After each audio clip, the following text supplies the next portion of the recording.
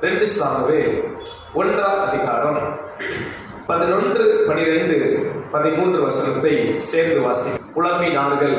இதே அதிகாரத்தில் 17ஆம் வசனம் சொல்லுகிறது, தாவீது சவுலின் பேரிலும் அவன் குமாரனாகிய யோனத்தான் பேரிலும் புலம்பல் பாடினார். அன்பு தேவ பிள்ளைகளை, இந்த காலை நேரத்தில் தாவீதுக்குள் இருந்த இருதயம் நமக்குள்ளும் இருப்பதாக. தாவீது எப்படிப்பட்ட இருதயம் உள்ளவராக இருந்தார் என்று தெரியுமா? தனது எதிரியின் வீழ்ச்சியை குறித்து சந்தோஷப்படாத இருதயம்.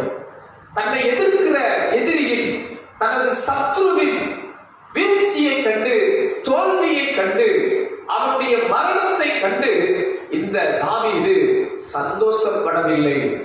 இந்த தாவீது மகிழவில்லை. மாறாக அவன் அழுது புலம்பி உபவாசம் பண்ணி கர்த்தரை நோக்கி பார்த்தான். அன்பு தெய்வ பிள்ளைகளே, சற்று என்னோடு கூட சிந்தித்து பாருங்களேன். உலக மனிதர் இப்படி செய்ய முடியுமா? உலகத்தில் இருக்கிற மனிதர்கள் இப்படி செய்வார்களா? எப்போது தன் எதிரி வீழ்வான் என்பதைத்தானே இந்த உலகம் எதிர்பார்த்து காத்திருக்கும். எப்போது என்னை எதிர்க்கிற, என்னை துன்பப்படுத்தின, என்னை கஷ்டப்படுத்தின, என்னை வேதனைப்படுத்தின மனிதன் சாவான் என்றுதானே காத்திருப்பார்கள். சில நேரம் அநேகர் சொல்வதை நான் கேட்டிருக்கிறேன். பாஸ்டர், நான் எப்ப சாவேன்னு சிலர் காத்திருக்கிறார்கள். பாஸ்டர், நான் எப்ப வீழ்வேன் சிலர் காத்திருக்கிறார்கள்.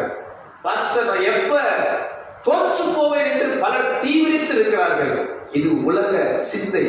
உலக மனிதன் அப்படித்தான் இருக்கிறான். மாம்சம் அப்படித்தான் இருக்கிறது. கொல்லாத மனிதன் அப்படித்தான் இருப்பான். தன் எதிரி வீழ வேண்டும், தோற்கடிக்கப்பட வேண்டும், மறித்து போக வேண்டும், எப்போ விழுவான் என்று காத்திருப்பது உலக சிந்தை. ஆனால் அன்பானவர்களே, உங்களுக்கும் எனக்கும் கிறிஸ்துவின் சிந்தை உண்டாவதாக. இங்கே தாவீது